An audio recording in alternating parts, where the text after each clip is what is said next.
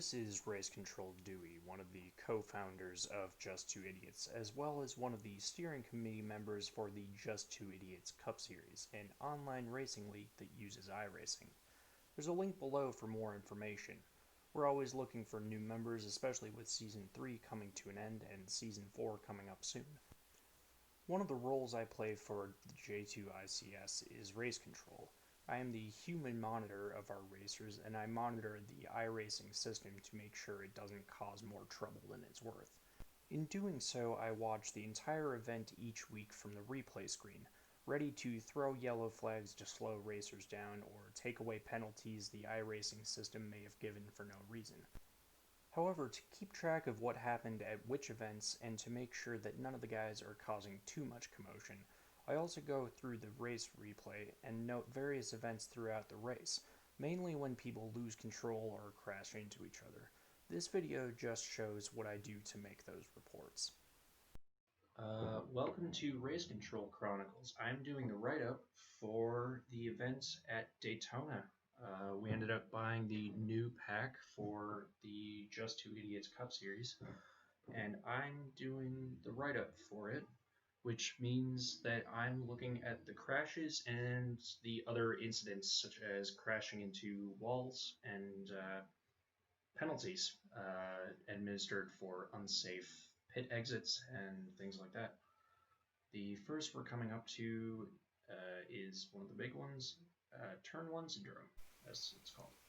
One quick disclaimer, I recorded this video while writing my write-up, but some parts will not match. Things like specific wordings and specific rules may have changed during the final editing of the formal write-up. This clip isn't meant to show the crash as audience-friendly. This is just how much work and time it takes to do per piece of contact. You may call it dumb or a waste of time. I call it thorough.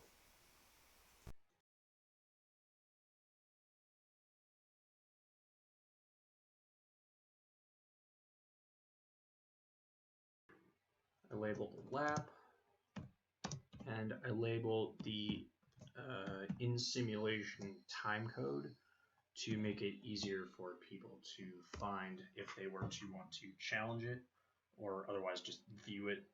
The point of these replays is for me to be able to go back to a race and understand what happened, possibly what went wrong, without having to go back and watch the entire 2-hour thing or even the 15-minute thing in like 8x fast forward. It's also possibly to catch up those who care enough about the league that they would want to go back and see what type of racers we are, but that I would call that unlikely for anyone to actually do. By the way, the reason I tend to keep Word or another text program up alongside is because it makes it easier to go back and forth with iRacing when I need to grab little details to make note of. No need to minimize and reopen programs. The reason I keep it open during the video is because I have written a more comprehensive summary of events on the left and often refer to it to give it more context.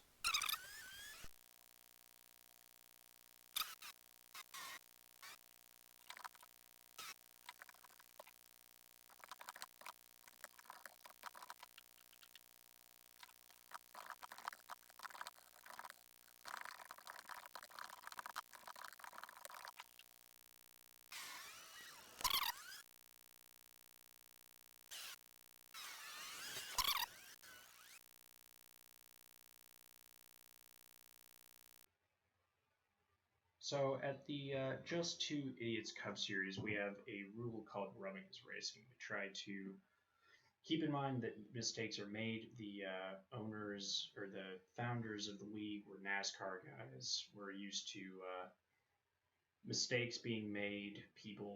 There's things you can't avoid, things like that. And right here is exactly one of those things where maybe you could have prevented it if you had done literally everything you can. However, that's not what racing is. You are going as fast as you can while trying to be courteous. And this is one of those examples. We're going to cut to Urko here, one of the one of the steering committee members, who's very consistent and very careful about what he does normally. So seeing the crash right up here, he's trying to avoid. He brakes, getting into bay right here.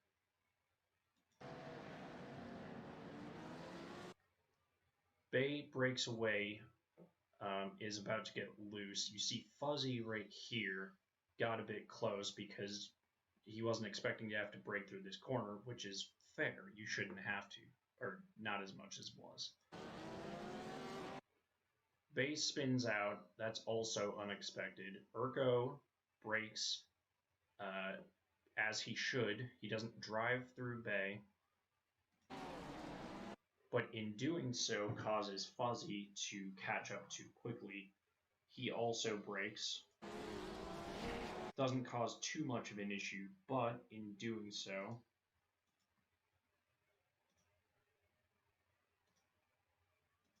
Bay accidentally spins him around and easily knocks him backwards. And that's, I mean, Robin is racing.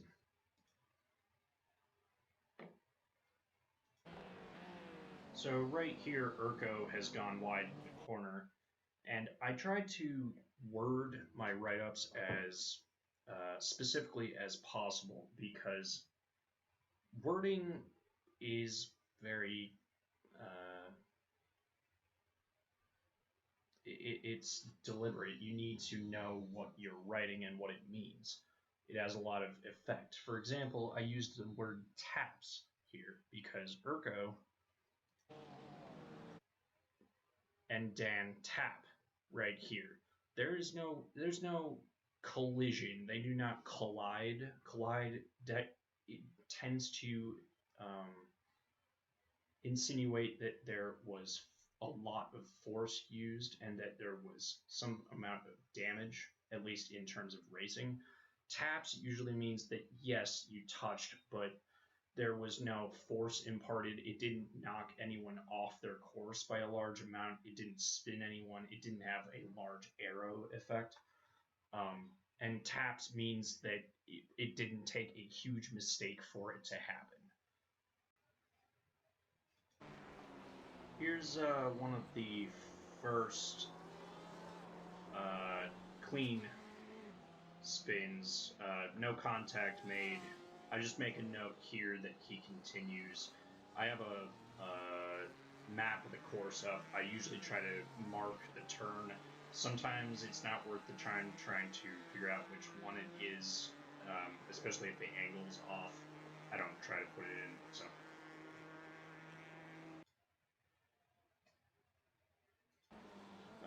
As you'll see right here, what I normally do is I just keep the camera switcher on focus on crashes and watch it at 4x.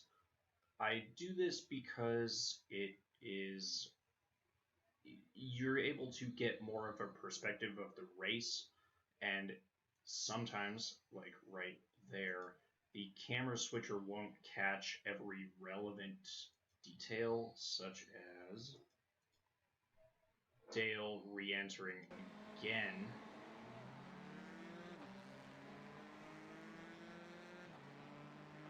I will mark that in a minute. But the switcher doesn't catch every little thing, and I do care about clean spins as well as contact, and a lot of the time it won't count that. So I painstakingly go through that in real time. I don't use the incident by incident button. To be fair, an issue with this is that it goes a lot slower, and I'm also prone to missing things. I'm not watching every person's individual camera. I can't be sure of everything, but at the same time, that's not the point. The point is to see everything and be able to summarize the race afterwards. The point of getting it in real time is to solve everyone's individual problems, which is why I also rely on callouts during the race. I rely on people being active rather than passive. So I am deciding not to show every little thing on the video. It's in the write-up. It's just not going to be on the video because I keep having to switch back and forth between OBS. However, it's the little things that have no detail except for spinning, which was the vast majority of this race, such as Bay right here spinning through the bus stop, not really getting damage, and then just continuing on his merry way while not interfering with anyone else's race. So we'll go from A. Jensen's perspective here. You've got Eat My Dust, who is going off track. He's going to re-enter right here. Now, what I have to consider is that Eat My Dust, when looking at his cockpit, I won't try to cut to that, was not fully in control. I mean, also it's obvious because of grass.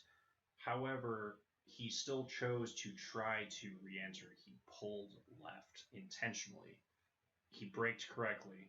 What a Jensen does is also brake correctly, seeing that someone's about to get in his way. What does not happen is the maneuvering I would expect over here, which is why I have said uncontrollably re-enters, and why I have given the mitigating factors rather than trying to place blame. Um, for me, it takes patterns. I try not to place blame unless it's obvious that people are making mistakes and being careless about it. And then on top of that, Did I A. fuck you up? Jensen I'm sorry if I did. catches up too quickly, No, it's not crashes, you. but both are able to continue. I imagine A. Jensen has some damage. Again, I'm not able to see that. I'm race control, but I don't have access to things like flags, reasons for flags, and damage, as well as any timestamps for basically anything. I'm effectively a glorified spectator. I'm able to see a lot of things, but I'm not able to gain access to certain amounts of information. Both continue. This will be a rubbing is racing. However, mentally, this is a no because Eat My Dust already has a fault up ahead, or excuse me, up here. He already has a formal verbal warning. I placed blame here, and this is one where he had a mitigating circumstance, so this is a continuing pattern, even if he wasn't at fault.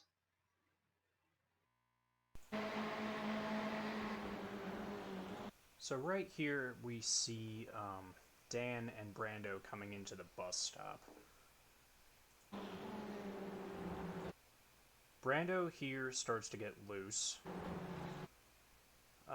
He skids in, but is able to correct, and Dan slows down correctly. Both are slowing down correctly. Unfortunately, in correcting, Brando slams the rear end of his car into Dan. Dan goes back end into the wall. That was very well done, Dale. Spun. Very well done. As I mentioned, I don't find an obvious way to prevent the damage, so this is rubbing his racing.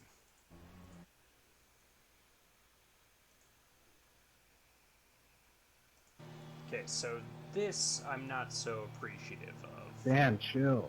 This. Sorry about that. Like, I've been watching you both. I appreciate the cordiality. I want to say that crash had nothing to do with either of you. One of them spin, and then the other one just got crashed into. as I mentioned, I even looked at the replay in race, as is my job. I found the same thing back then, and it really wasn't anyone's fault, and I'm glad no one started a fight. So the write-up usually ends up being about 3 pages. This one was light, especially for a 2-hour race. This one was about 2 1/3, and we had an extra half hour. I would say most of this was only because there's space in between each individual paragraphs, just because there were small individual accidents that didn't mean anything, and thus I didn't write much, but they took up space with the lines in between it. And that's the process. It takes a while. It took me 4 hours today, and I think 3 yesterday. This was 7 hours, but it also, because of the video, normally it probably takes me 4 to 5, because it's longer than this to try to interpret, especially. I'm glad to do it, and I've been Race Control Dewey.